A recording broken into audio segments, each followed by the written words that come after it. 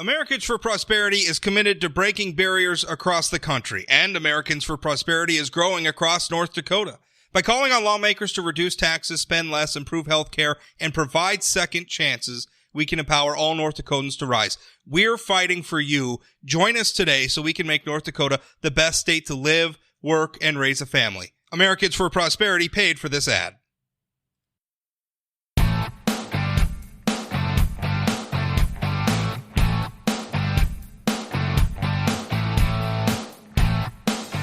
My guest today is Congressman Kelly Armstrong. Kelly, how you doing?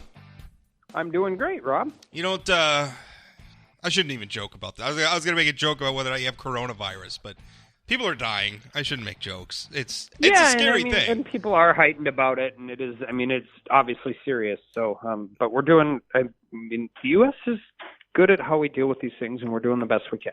You know, you look at the way it spread, and I saw somebody had created a map.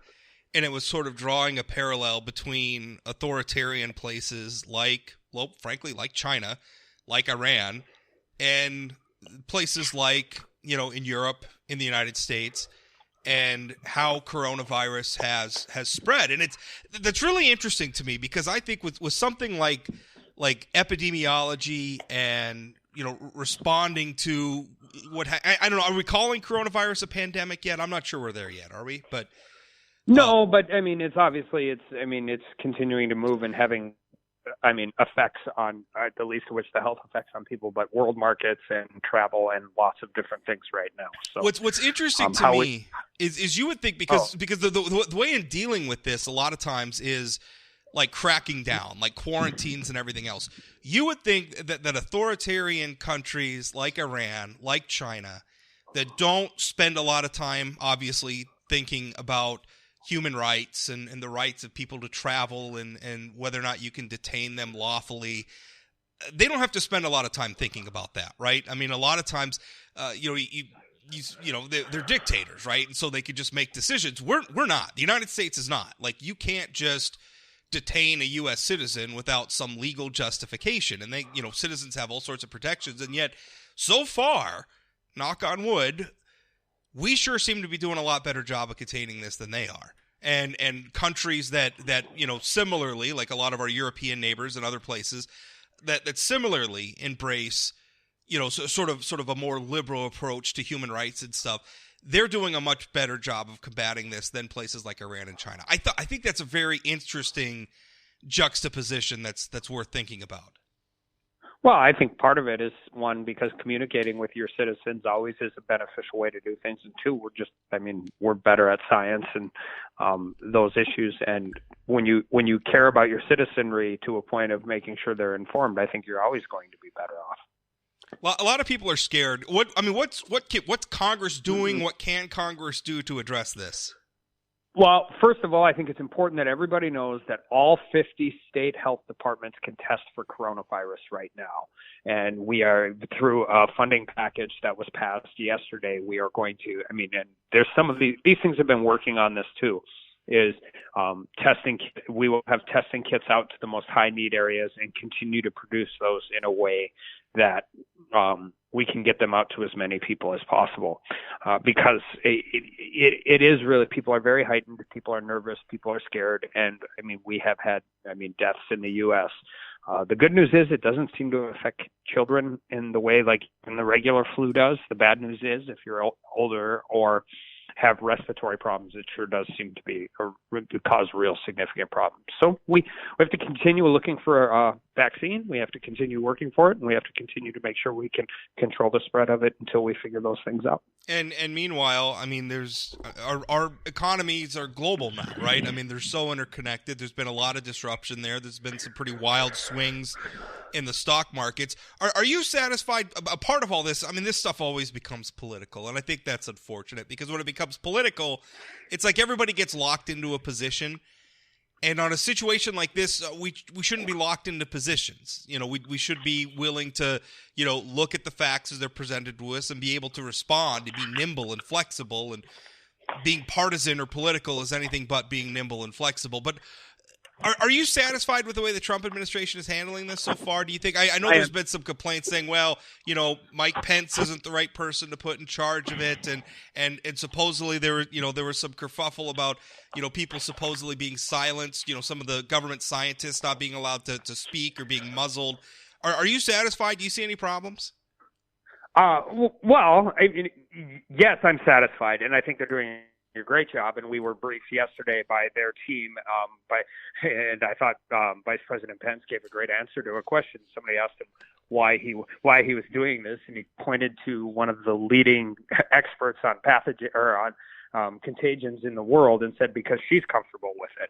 And so, obviously, when something like this occurs, there's always going to be opportunities to politicize it, which is unfortunate because they are working very closely and working very hard in dealing with in how we deal with this. So, as a practical matter for North Dakota, obviously, we produce a lot of commodities here. We export a lot of commodities. How's this going to hit us?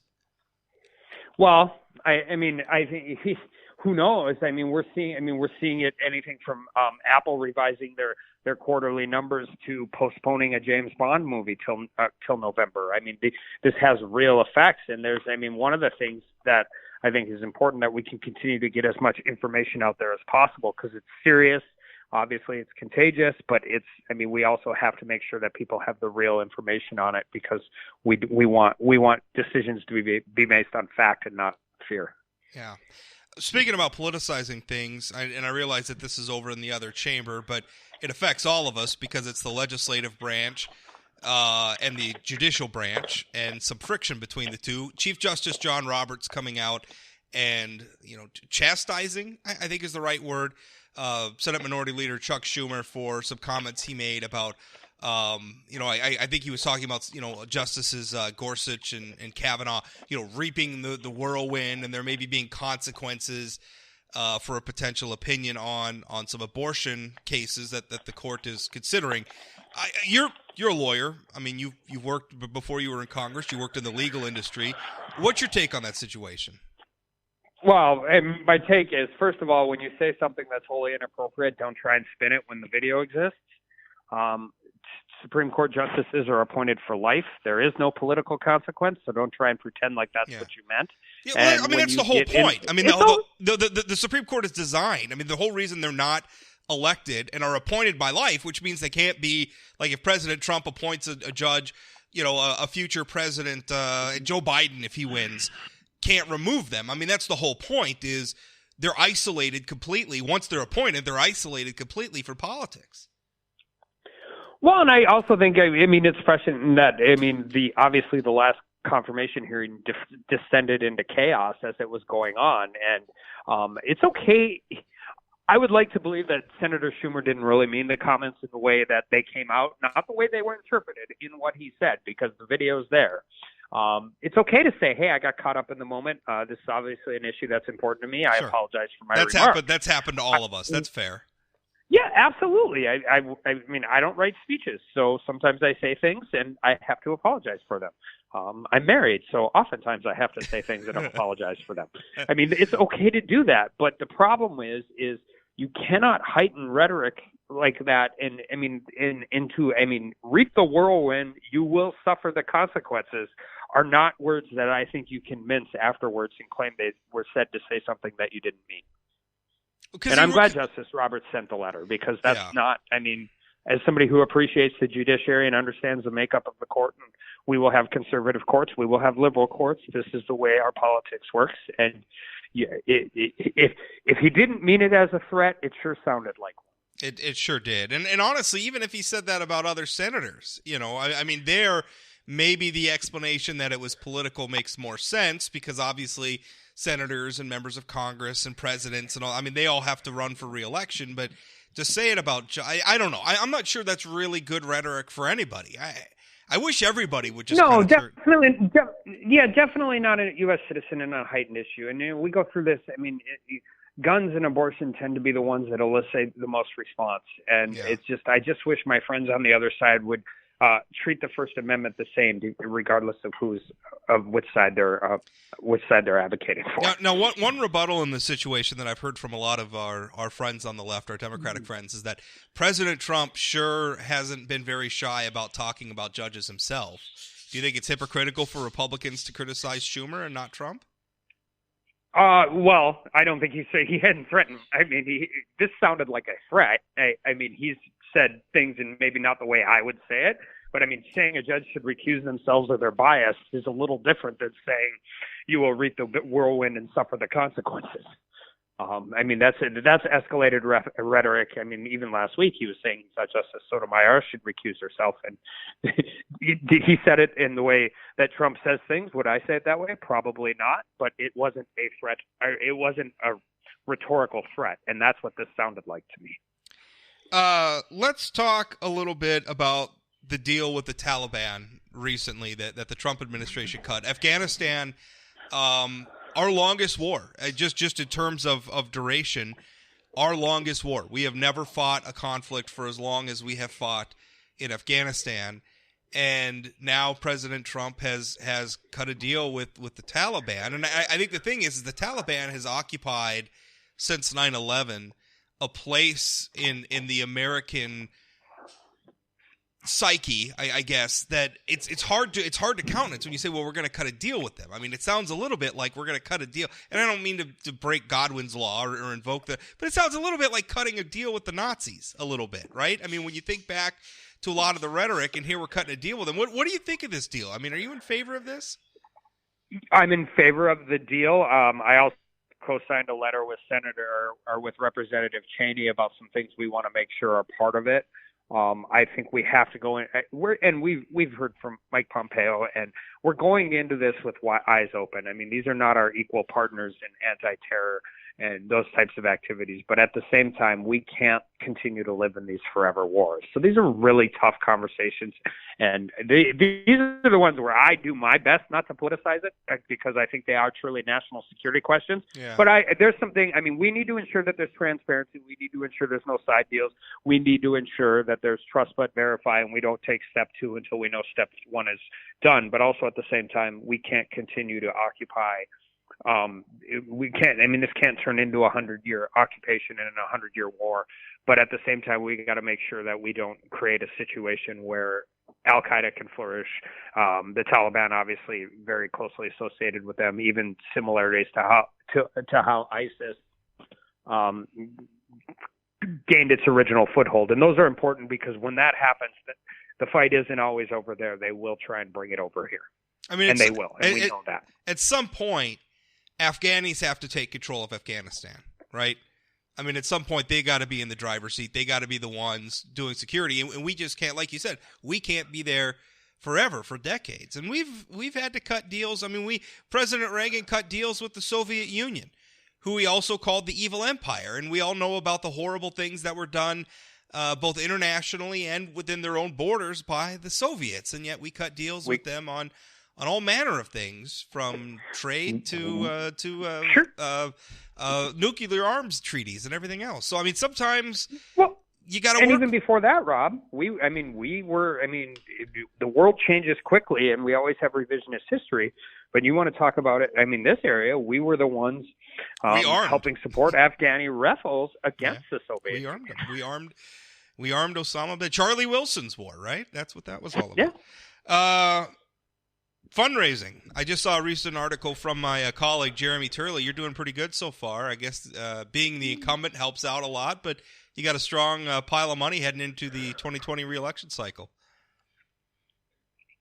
Yeah, and we've just hired a full-time campaign manager at the very end of last year. So a lot of that is being done through, in dealing with that. We like where we're at. We obviously, ag and energy are the two biggest industries in North Dakota. We've worked hard to reach out to those organizations. Unfortunately, it's a little easier to deal with some of that right now because of all the attacks that are coming from the environmental left on those types of industries. But I think, we deal with impeachment and all the politics of the day, but I think the longer term conversation that we need to continue to have and we need to advocate for is the difference between producing districts and consuming districts.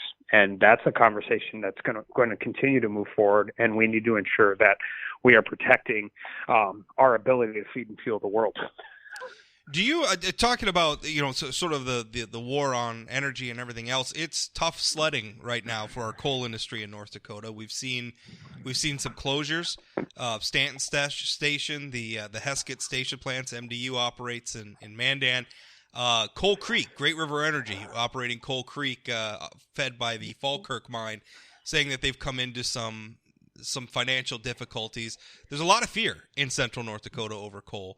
I know your Senator Hoeven and Senator Kramer have a bunch of actions that they're taking. They're pressuring FERC to recognize coal's inherent value as a 24/7 base load source of energy. Senator Hoeven and Senator Kramer are talking about the tax credits for carbon capture and sequestration. They're talking about they just introduced an amendment to end that 1-year renewal of the wind energy production tax credit, which the wind industry insisted they weren't going to ask to be renewed again, and then bada bing, bada boom, it got renewed, slipped into a bill the end of last year, and it was renewed. And by the way, that amendment, I think it's kind of funny, the way Congress works. I wonder if the 1-year renewal is going to run out before the amendment passes, but I guess we'll see. How are you feeling about all this? Because I'm looking at it all, and I'm thinking, coal's obviously very important in North Dakota. Do you agree with what the senator's doing? What steps are you taking to help protect coal? So, yes, I agree with what the senators are doing. I think, and we're going to start seeing more states acting in this because of something that I think is oftentimes missed in this entire environmental conversation, and that's the resiliency and reliability of the grid. There's a lot of people out here that like to blame coal's demise on natural gas and the low price of natural gas over the last number of years, but they forget that we have created policy that allows competitors to sell energy onto the grid for less than it costs them to produce it. And when that happens, one, I would like to see truth in accounting so you can see what it's going to cost when the subsidies go away. And two, we also have to recognize the fact that wind turbines don't turn when it's 20 below.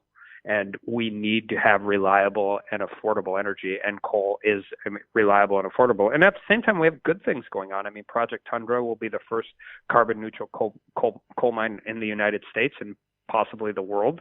And we have to continue to develop these things. We want clean air, we want clean water, but we have to do it in reality. And coal needs to be a part of our energy solution, not just now, but in the future.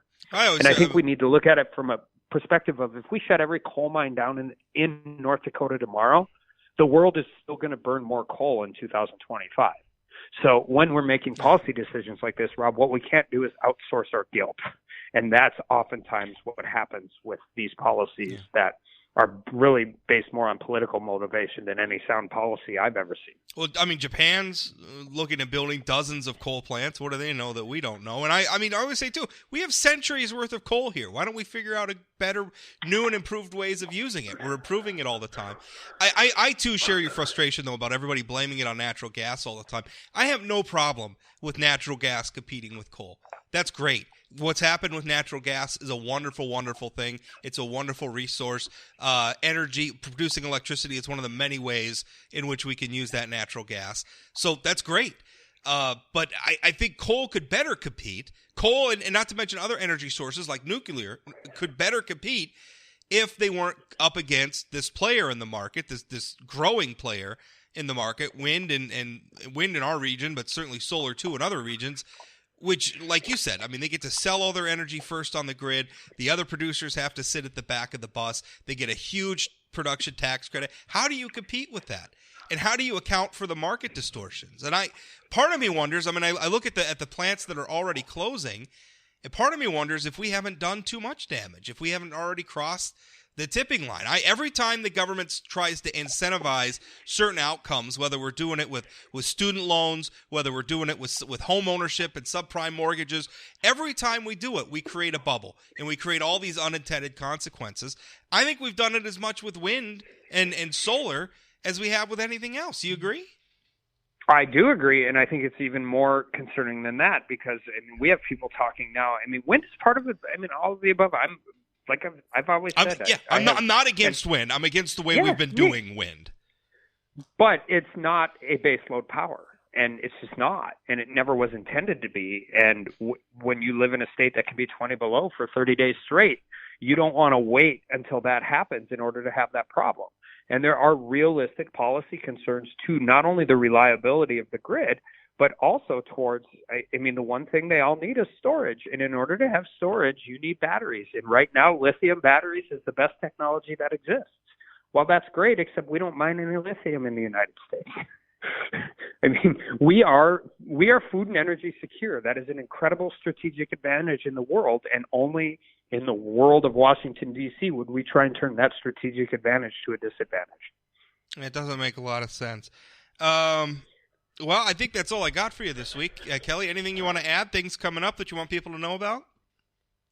You will know that we did a GAO study on minor league baseball, approved one in oversight by earlier this week, which I'm not entirely sure we need the federal government to. Well, I don't think we need the federal government to study minor league baseball. But, as much as I am frustrated with Major League Baseball right now, you knew we were going to get to baseball because we haven't started our baseball podcast yet.